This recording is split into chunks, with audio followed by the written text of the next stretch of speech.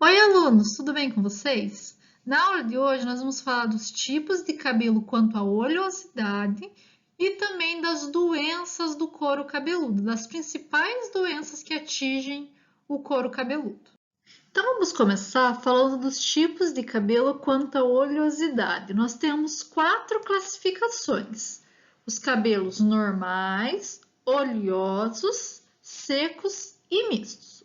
O cabelo normal são cabelos onde as glândulas sebáceas elas vão liberar uma quantidade de oleosidade suficiente para manter o cabelo brilhoso, sedoso, macio, maleável, com um equilíbrio saudável e vai fazer com que as cutículas estejam fechadas. Então, essa é uma característica de um cabelo normal: ter as cutículas fechadas e oleosidade suficiente. Quando tem mais oleosidade, o cabelo vai ser oleoso. Quando tiver menos oleosidade, o cabelo vai ser seco. Então, o cabelo oleoso ocorre uma produção excessiva de sebo pelas glândulas sebáceas. Esse excesso de oleosidade no cabelo, geralmente mais no couro cabeludo, né? Pode fazer com que o cabelo tenha uma aparência de cabelo sujo, tá? No cabelo seco, nós vamos ter um cabelo com aspecto áspero. Os fios geralmente eles são bem rebeldes e quebradiços, porque nós teremos uma cutícula aberta. Então, além de tudo, né, além desse cabelo áspero e fio rebelde, nós vamos ter cabelos opacos. Por quê? Porque a cutícula está aberta. Vocês lembram lá? Quando a cutícula está fechada, ele é mais brilhante. Quando a cutícula está aberta, nós vamos ter um cabelo opaco. E quando a cutícula está aberta, nós temos outros problemas também, como por exemplo, as pontas elas começam a se romper e também o cabelo ele se contamina no interior com a poluição mais facilmente, porque a cutícula está aberta, não tem aquela camada de proteção que o cabelo, quando tem a cutícula fechada, tem.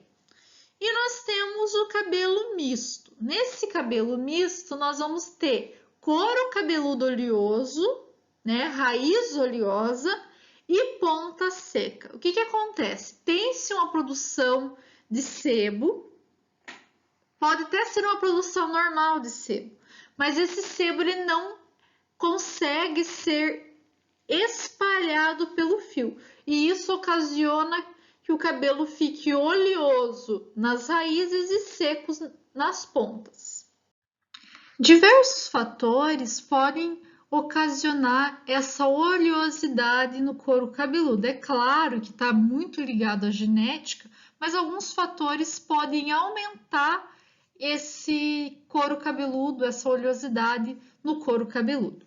Entre as causas, nós temos os banhos quentes e também o uso de secador muito quente e próximo à raiz.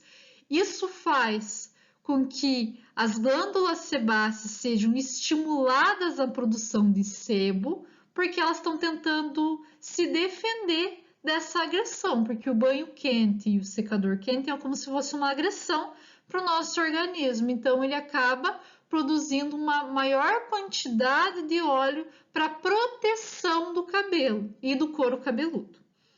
A aplicação de condicionador próximo à raiz e também acúmulo de produto no nosso cabelo faz com que aumente a oleosidade. É claro, nós já temos uma produção de sebo pela raiz do cabelo, pelo folículo capilar. Se nós colocarmos condicionador próximo à raiz, vamos ter um excesso de oleosidade, concordam comigo? E isso vai fazer com que o nosso cabelo fique um pouco mais oleoso, ou fique mais oleoso do que o normal.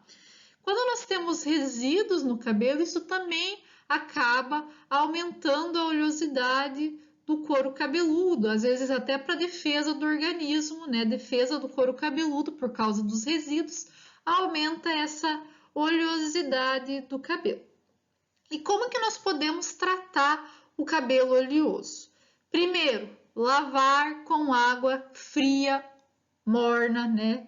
mais para fria do que para quente, e isso faz com que não tenha tanto estímulo da produção da glândula sebácea. Então, teremos menor quantidade de sebo que poderia ser estimulado no banho quente. Secador também frio, para não ter essa estimulação desnecessária. Evitar, é claro, a utilização de condicionador próximo à raiz, mas não somente em cabelo oleoso, né? Cabelo normal e seco também tem que se evitar, porque esse condicionador próximo à raiz pode prejudicar o cabelo. E a utilização de shampoos anti-resíduos, mas aqui a gente tem que ter um cuidado. Lembra que esses shampoos anti-resíduos, eles abrem a cutícula. Se for usado em excesso, pode trazer malefícios para o cabelo, porque a cutícula acaba não fechando e o cabelo acaba ficando opaco e também pode ocorrer quebra do nosso cabelo por causa da utilização desse shampoo em excesso. Um dado que é importante, eu gosto sempre de falar, pessoas que têm o cabelo oleoso têm que lavar o cabelo com mais frequência, sim. Antigamente falava, para você diminuir a oleosidade, vamos diminuir a quantidade de vezes que você lava o cabelo, porque senão você vai estimular a produção de óleo. Mas você tem que ter um cuidado muito grande com isso. Por quê? Quando nós temos uma oleosidade muito grande no couro cabeludo, tem uma queda maior de cabelo. Então, se você ficar mais tempo sem lavar, isso pode prejudicar muito o teu cabelo e vai ter uma queda muito grande. Então, tentar lavar o cabelo com mais frequência, preferencialmente com água fria e com shampoo desengordurante, né? Shampoo anti-oleosidade, existem muitos no mercado hoje em dia, e quando possível, uma vez por semana, utilizar um shampoo anti-resíduo. E é claro que existem diversos ativos que auxiliam na diminuição da oleosidade do cabelo, começando pelas substâncias adstringentes.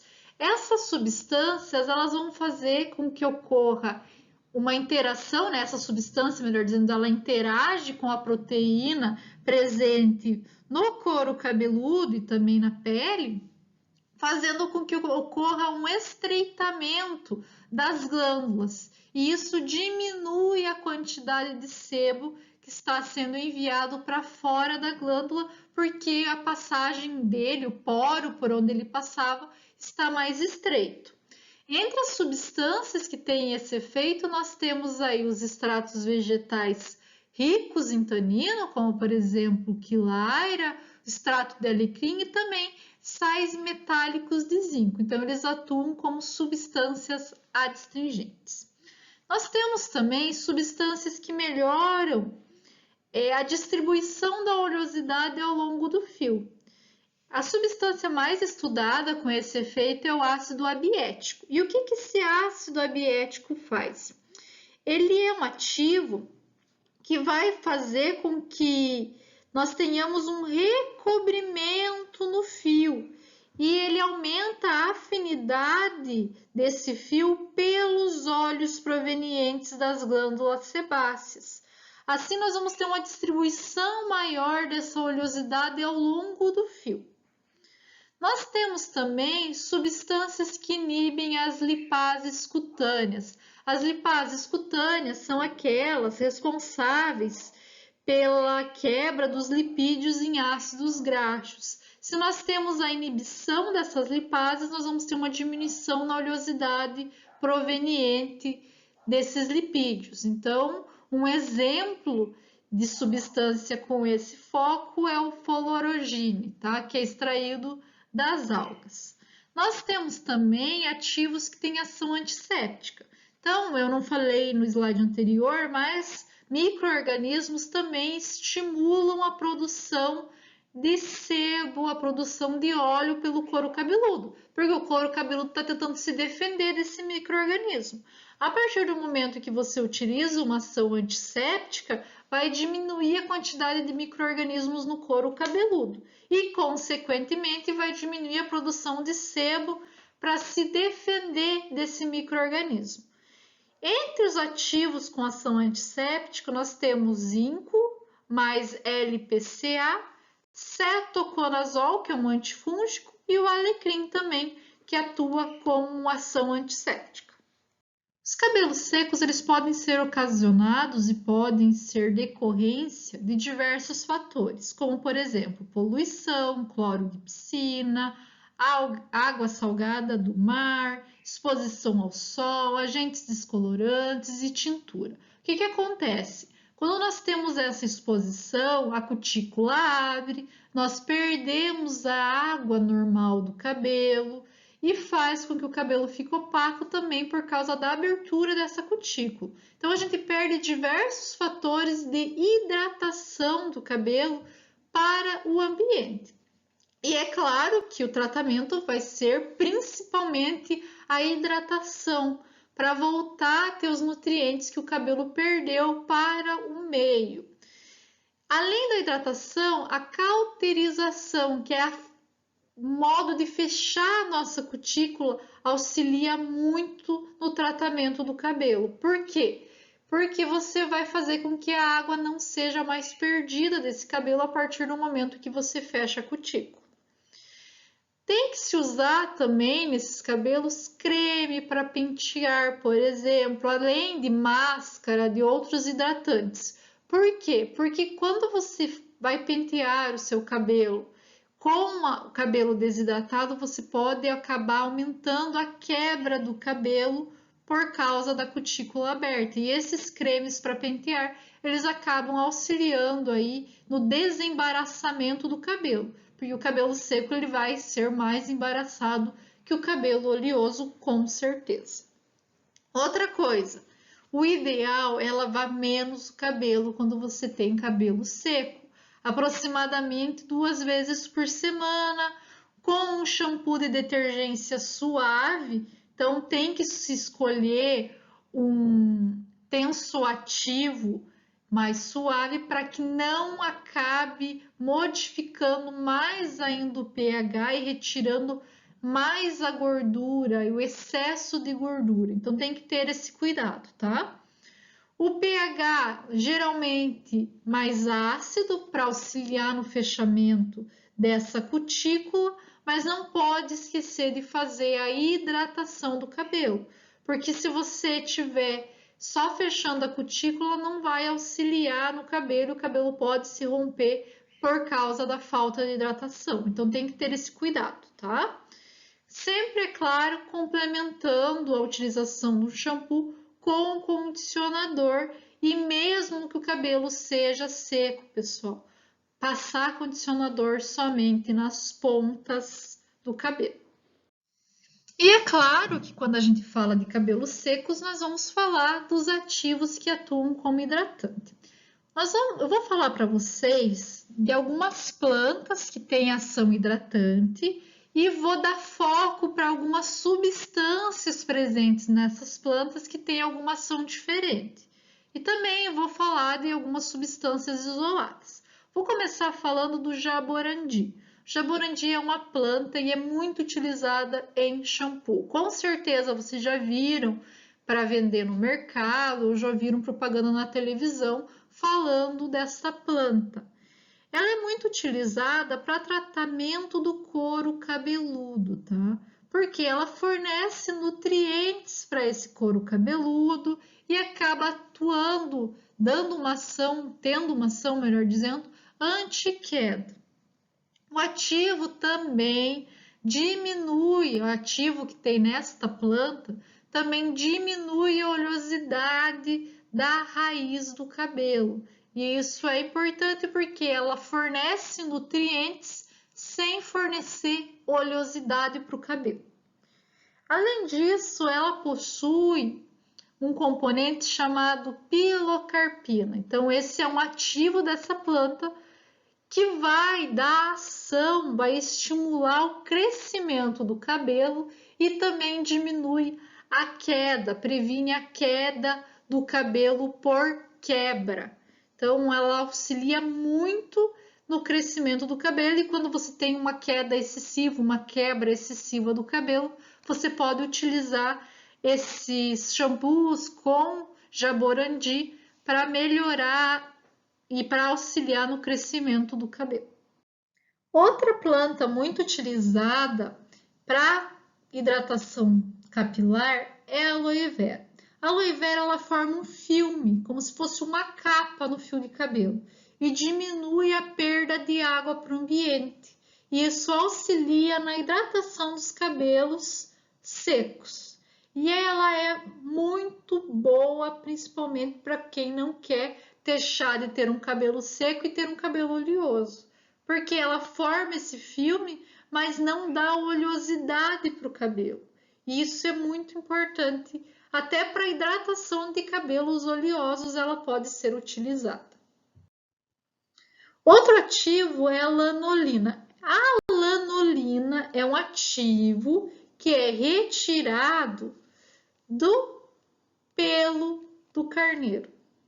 E ela é muito utilizada em cosméticos. Não somente para o cabelo, tem utilização para a pele também, mas no cabelo ela é utilizada em shampoos sobre engordurantes, ou seja, são shampoos que vão dar a oleosidade ao nosso cabelo, principalmente em cabelos muito secos, para repor a gordura capilar.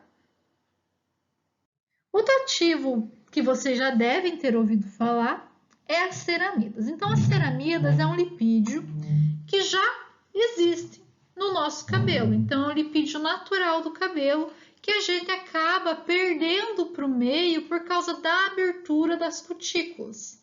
Então, a gente perde durante a tintura, por causa da poluição, a gente acaba perdendo esse lipídio. Quando nós fazemos a reposição dessa gordura no cabelo, nós vamos ter aí uma modificação, deixando o cabelo mais saudável, ele começa a reter mais água e também acaba fechando a cutícula. E isso auxilia muito na hidratação do cabelo. Então, os fios eles vão tornar-se mais resistentes e mais saudáveis. A manteiga de karité também é muito utilizada para hidratação, não somente do cabelo, pessoal. A manteiga de karité ela é muito utilizada para hidratação da pele, também é muito utilizada, por exemplo, na produção de protetores labiais. Ela tem uma ação hidratante muito boa. Por quê?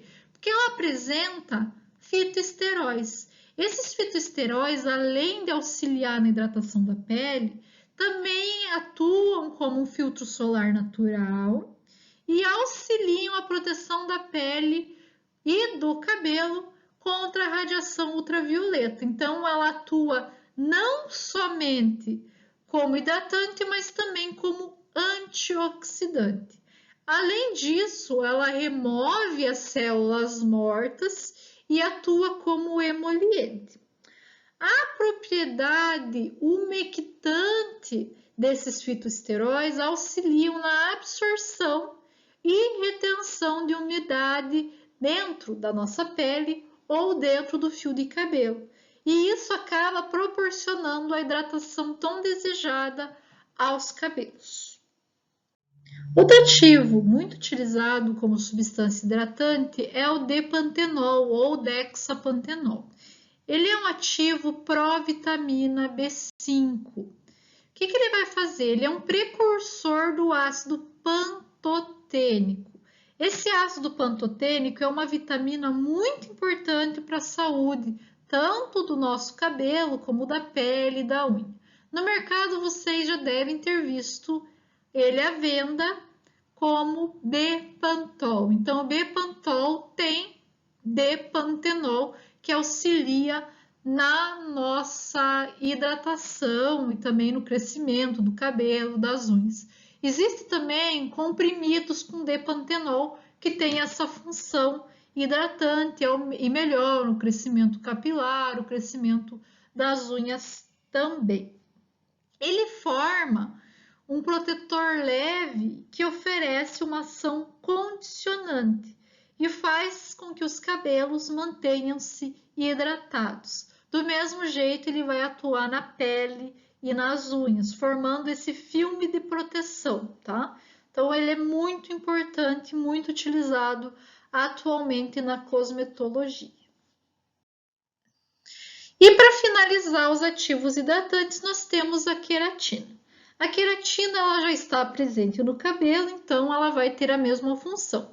A partir do momento que você utiliza ela nos seus cabelos, ela vai revitalizar e reformar a camada de proteção do cabelo. Então, ela vai repor a queratina que você perdeu por causa de processos químicos, exposição à radiação solar, ou poluição, agressão externa em geral. Ela renova, então, a capacidade do teu fio de cabelo de reter a água e também os nutrientes no fio. Então, ela é necessária, né? A queratina é necessária para o couro cabeludo, para o fio de cabelo. Então, a partir do momento que você repõe ela, nós vamos aumentar a hidratação, a nutrição, fazendo aí com que ocorra uma restauração do fio cabeludo. Antes da gente passar a falar das patologias do cabelo, vamos falar sobre os nós e pontas duplas. O que são, né? Como que elas se originam e também qual que é o tratamento para diminuir a quantidade de nós e de pontas duplas no cabelo.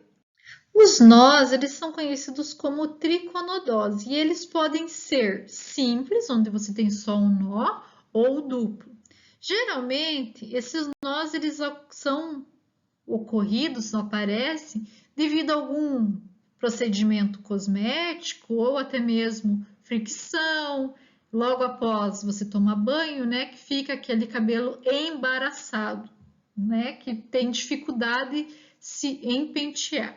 Pode acontecer, geralmente acontece mais com cabelos crespos e cabelos finos. Então, o cabelo fino ele acaba formando nó mais facilmente. Isso é comprovado, tá?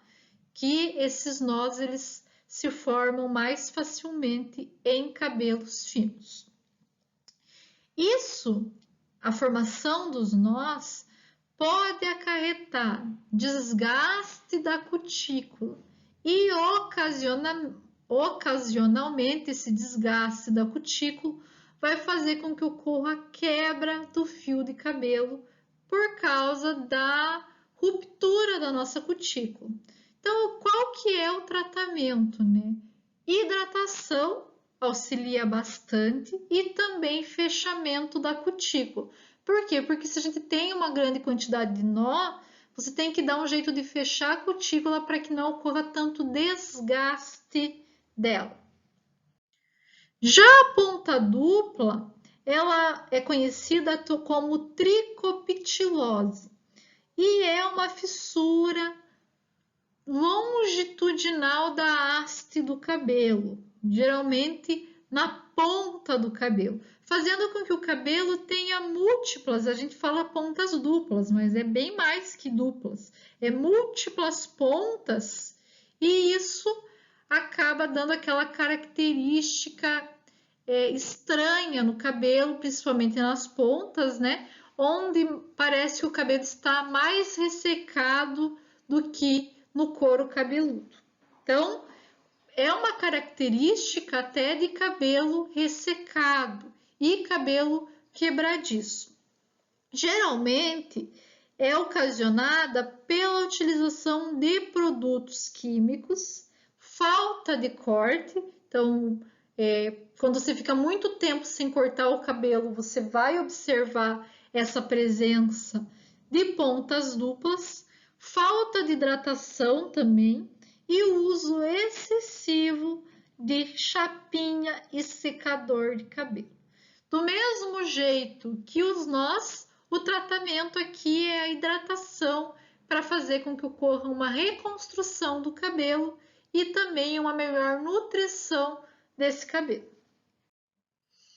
E agora vamos falar das patologias do couro cabeludo.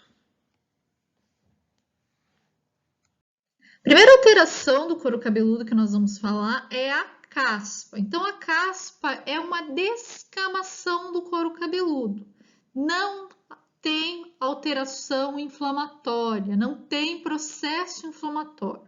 Geralmente, ocorre a formação de caspa por estresse, alteração hormonal, excesso de testosterona e principalmente excesso de produtos químicos, quando a gente utiliza erroneamente ou de forma inadequada os produtos cosméticos. O que acontece? A caspa ela geralmente ocorre devido à presença do fungo Malassezia globosa. Esse fungo ele é normal no nosso couro cabeludo, mas a partir do momento que tem-se o estresse, a alteração hormonal, o excesso de testosterona ou de produtos, nós vamos produzir em excesso esse fungo, né? Ou fungo, melhor dizendo, ele vai se reproduzir em excesso e ele vai começar a descamar o couro cabeludo. E ocorre então aí a formação de caspa. Nós temos diversos tipos dessa caspa. A caspa do couro cabeludo oleoso, onde essas escamas vão ser maiores, amareladas e gordurosas, acomete mais os homens. Nós temos a caspa do couro cabeludo seco, onde as escamas elas são menores, esbranquiçadas e até tem um aspecto de farinha, tá? Acomete tanto homens quanto mulheres. E nós temos a caspa de couro cabeludo sensível. Essa caspa geralmente acontece após a utilização de produtos químicos que agridem o nosso couro cabeludo, alteram o pH do couro cabeludo. Essa alteração do pH vai favorecer o crescimento do fungo e ocorre então a descamação do couro cabeludo, formando a caspa. Como tratamento, é claro, primeiro a utilização de shampoos e loções antifúngicas para diminuir a quantidade de fungo no couro cabeludo. Nós também podemos utilizar shampoos esfoliantes que vão retirar essa pele morta que está descamando mais rapidamente. Tem que se evitar a utilização de banhos quentes, porque também altera a composição do couro cabeludo, aumenta, lembrando sempre que o banho quente aumenta a produção de sebo e isso faz com que o fungo se aproveite também. Secar o cabelo auxilia muito na diminuição da caspa, porque ele evita a proliferação fúngica. Lembrando que o fungo ele precisa de água para se proliferar. A partir do momento que você seca o cabelo, vai diminuir essa proliferação. Também tem que evitar a utilização, por exemplo, de géis, porque os géis eles fecham os folículos e acabam ocasionando uma maior descamação do couro cabeludo também. Outra doença do couro cabeludo é a dermatite seborreica. Nesta doença, às vezes a gente confunde, por isso eu vou lembrar.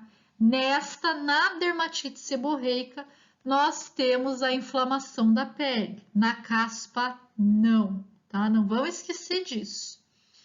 E o que acontece? Essa inflamação, ela acaba gerando descamação e vermelhidão no local onde está ocorrendo. A inflamação, ela pode ser de origem genética, geralmente de origem genética, ou ser desencadeada por processos externos, como alergia ao produto que está usando, situação emocional, situação de cansaço, estresse, diminuição da temperatura, então essa dermatite vai ser mais quando nós estamos em temperaturas frias, então ela ocorre mais no inverno. Alcoolismo. algum tipo de medicamento que pode acabar ocasionando a dermatite, excesso de oleosidade, e aqui nós temos outro fungo envolvido, que é o Pityrosporum ovale. Então, não vão confundir com o fungo da caspa, tá? Então, olhem só, a dermatite seborreica, ela pode ocorrer tanto no couro cabeludo, estão vendo que está vermelho, diferente da caspa, e muitas vezes a gente confunde a caspa com dermatite. Então, ele vai ser mais amarelado e vai acontecer tanto no couro cabeludo, como também na sobrancelha, próximo ao nariz, tá? Então, é bem comum atrás da orelha, tá? Nas pálpebras, na virilha. Não é uma doença contagiosa, tá? Não tem esse perigo. Não é causada por falta de higiene. Então, às vezes a pessoa fala, a pessoa está com dermatite, não lava o cabelo, não é por isso, pessoal. É uma doença ocasionada por um fungo que se aproveitou ou uma inflamação no local que acaba gerando, não é por falta de higiene, tá bom? Além disso, uma das características da dermatite seborreica é a coceira. Dá muita coceira na região onde ela está, além de vermelhidão no local. Então, uma das diferenças da caspa, a caspa não dá coceira. Então, às vezes, para diferenciar, alguns detalhes são importantes. A caspa não dá coceira e não tem vermelhidão. Aqui nós temos coceira, temos vermelhidão também. Para a dermatite seborreica, nós temos diversos tratamentos. Entre eles, loções com corticoide para diminuir a inflamação do local. Shampoo antifúngico, né, para matar ou interromper o crescimento do fungo. Utilização de imunossupressores para reduzir essa resposta imunológica que o organismo está tendo, que acaba ocasionando a inflamação. Utilização de emoliente, principalmente na pele, para auxiliar na hidratação do local e também auxiliar na proteção da pele. E utilização de aloe vera, que atua, né, como um gel cicatrizante, diminuindo os danos causados, né, e as cicatrizes causadas por essa doença. Outra doença capilar que tem-se muito estudo, e eu vou dizer que é uma das doenças que mais se procura tratamento, doença capilar, é a alopécia. A alopécia é a queda de cabelo. Nós temos dois tipos, a alopécia areata e a alopécia androgenética.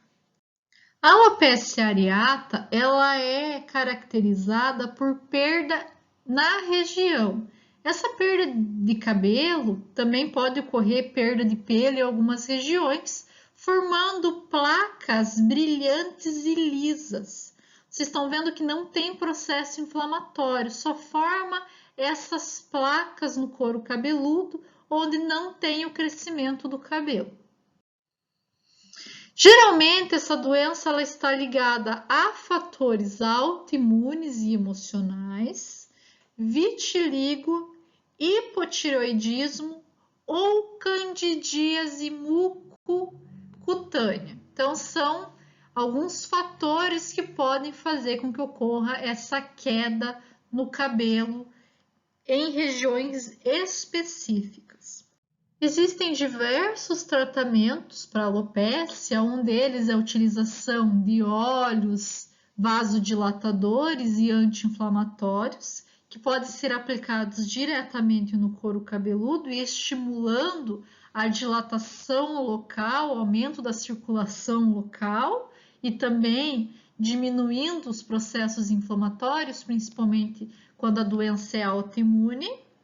Nós temos também infiltração de corticoides, que auxiliam também no tratamento, e o microagulhamento. Então, vocês já devem ter ouvido falar, esse microagulhamento ele vai renovar as células da região e também melhorar a circulação local, fazendo com que o cabelo volte a crescer ou o pelo volte a crescer naquela região.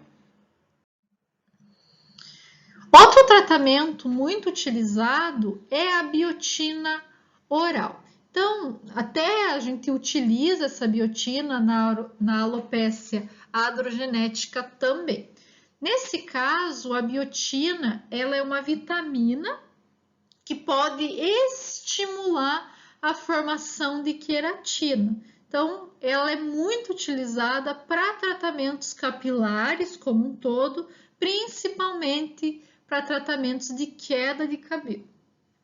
Ele também, a biotina, também auxilia no crescimento da unha, porque como ela aumenta a produção de queratina, a formação de queratina, e nós temos queratina nas unhas também, vai estimular aí o crescimento da unha, a formação de unhas mais fortes.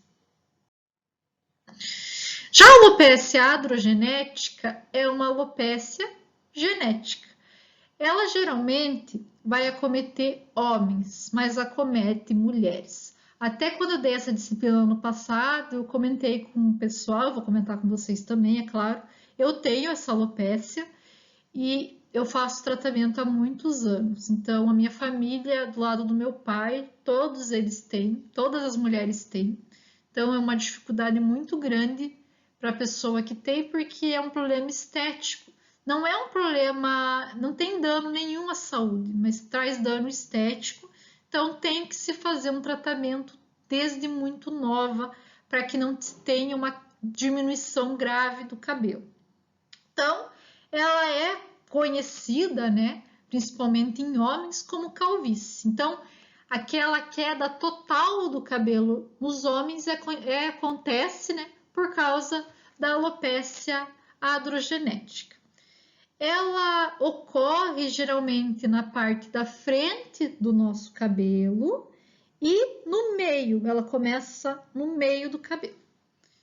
Aqui eu coloquei a imagem para mostrar para vocês, então ela começa nessa região do meio da frente do cabelo, né, principalmente em homens, onde tem essa diminuição, e nas mulheres você começa a ver a abertura, principalmente no meio, diminuindo o cabelo até ocasionar a calvície feminina também.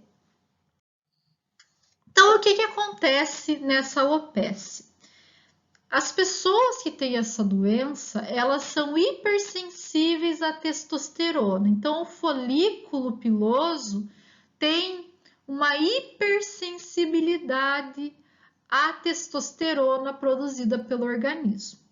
Então, quando atinge o couro cabeludo de pacientes predispostos geneticamente, a testosterona é capturada pelos receptores e em seguida sofre uma ação da enzima 5-alfa-redutase e é catalisada em dihidrotestosterona ou DTH. Tanto a testosterona quanto o DTH interagem com os receptores adrenérgicos do folículo e acabam modificando, fazendo alterações configuracionais no complexo hormônio-receptor, e isso faz com que ocorra a diminuição da produção de cabelo, minimizando o folículo piloso, o que acaba ocasionando uma queda prematura do cabelo durante as fases do ciclo capilar. Então, a pessoa acaba tendo a queda do cabelo antes do normal naquele ciclo que a gente falou na aula passada, ou na aula retrasada, não tenho certeza. Nessa imagem, nós conseguimos ver melhor. Ó. Aqui temos o folículo piloso com o receptor androgênico, onde a testosterona se liga, ou o DTH, que sofreu redução pela 5-alfa-redutase, eles vão se ligar e vão minimizar o folículo piloso. A partir do momento que ele minimiza, o fio ele vai ficar menos espesso, vai ficar mais fino e também vai diminuir lá a fase de queda do cabelo, ou seja, o cabelo cai mais rápido e muitas vezes não volta a crescer na região. Um dos tratamentos, e eu vou dizer para vocês que é um dos melhores tratamentos, é a utilização de finasterida. A finasterida, ela inibe, é um inibidor da 5-alfa-redutase, que é a enzima que converte a testosterona em DHT. Então, a testosterona tem um efeito, vai continuar tendo um efeito, mas não tem a DTH. O efeito do DTH é maior que o da testosterona nessa região. Então, você vai minimizar esse efeito por causa do DTH, fazendo com que o cabelo diminua, com que a queda de cabelo por causa do DTH diminua.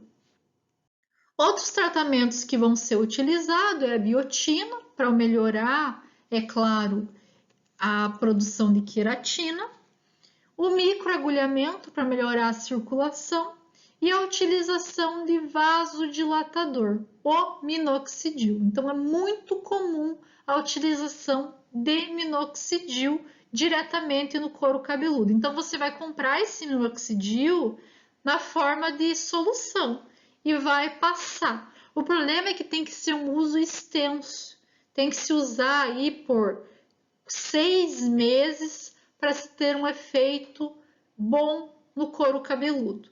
Então, o minoxidil ele vai interagir, vai aumentar a vasodilatação, fazendo com que ocorra maior circulação sanguínea nessa região e, consequentemente, o fio passe a ter uma melhor nutrição.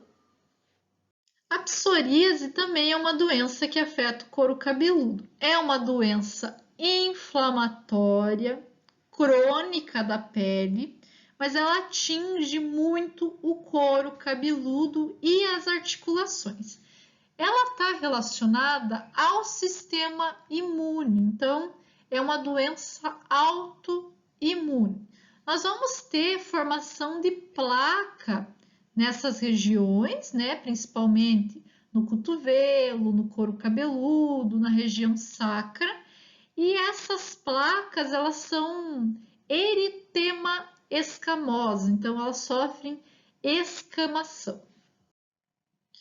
Fatores que vão influenciar e vão desencadear essa psoríase. Fatores locais, como luz solar, traumas, todo tipo de lesão, tá? Então, qualquer lesão que você tem, sendo física, química, inflamatória, pode desencadear a psoríase. Também tem fatores sistêmicos, como o tabagismo e uso de drogas, e fatores psicológicos e emocionais. Então, pessoas que têm psoríase, durante períodos de estresse, elas acabam desencadeando mais a doença. Como tratamento, nós temos aí loções, pomadas e cremes à base de corticoide, também comprimidos à base de corticoide, dependendo da situação da psoríase, e hidratação da área afetada, porque nós vamos ter uma descamação muito grande na região e vamos perder muita água. Então tem que se cuidar sempre para fazer a reidratação dessa região. Outra doença que pode ser ocasionada por fungo é a tinha do couro cabeludo. Então, essa tinha é uma micose que vai ter a formação de placas de alopecia. Então, você vai ter queda de cabelo, mas está vendo que diferente das outras alopécias, aqui não é aquela parte branca, lisa, e também não é na região central. Isso vem juntamente com prurido e descamação. Normalmente ocorre por causa de má higiene ou por doenças autoimunes, principalmente em pessoas que têm imunidade muito baixa, tá? Então, isso desencadeia a doença, né? Porque a imunidade baixou, o fungo acaba se aproveitando. Como tratamento, shampoo antifúngico, e tratamento ele deve ser estendido a toda a família, porque como é uma micose e é ocasionada por fungo, pode ser transmissível. Quando nós temos uma inflamação do folículo piloso, nós temos uma foliculite. Essa foliculite pode ser ocasionada tanto por fungo quanto por bactéria. Então, por que que inflama? Porque nós temos uma obstrução do folículo e isso acaba facilitando ou aumentando a inflamação do couro cabeludo. Afeta o couro cabeludo, axila, coxa, tronco e regiões genitais. Pode ocorrer depois da depilação, onde você acaba obstruindo o folículo, e depois, quando o pelo vai crescer novamente, ocorre essa inflamação porque o folículo foi obstruído. Caracteriza-se por essa formação de pústulas, né? Que é a inflamação, essas bolinhas que parecem acne, né? Que é a inflamação. Então, essa foliculite, ela pode ocorrer em qualquer pessoa, então todos estão sujeitos a essa inflamação. Normalmente, quando a gente tem um couro cabeludo saudável e também pele saudável, o nosso folículo piloso ele é aberto para o exterior. A partir do momento que esse folículo piloso ele é obstruído por pele, geralmente, né, porque a pele acaba se fechando, ocorre então a formação de pus e a inflamação. Então, nós podemos ver que inicialmente, né, essa foliculite pode ser superficial, então a gente só acaba vendo algumas bolinhas de pus no couro cabeludo, mas elas podem se agravar dependendo da falta de tratamento.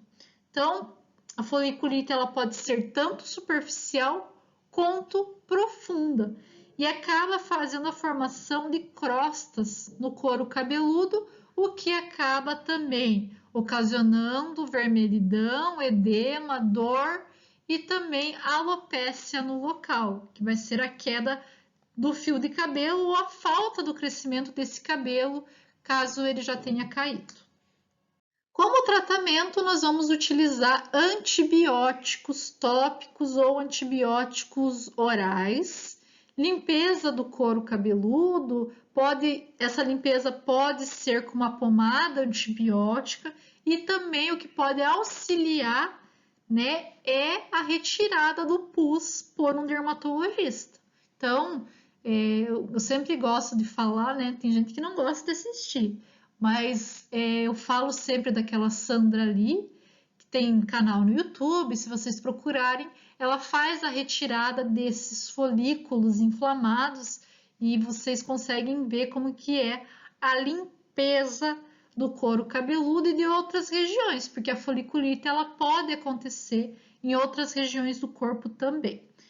Uma coisa que eu esqueci de falar nos outros slides, quando a gente falou de antifúngico, é que o antifúngico em shampoo mais utilizado é o cetoconazol. Então, quando a gente falou de alguns, por exemplo, da caspa, que é ocasionada por causa de fungo, pode-se utilizar esse cetoconazol, shampoo à base de cetoconazol, para o tratamento, tá bom?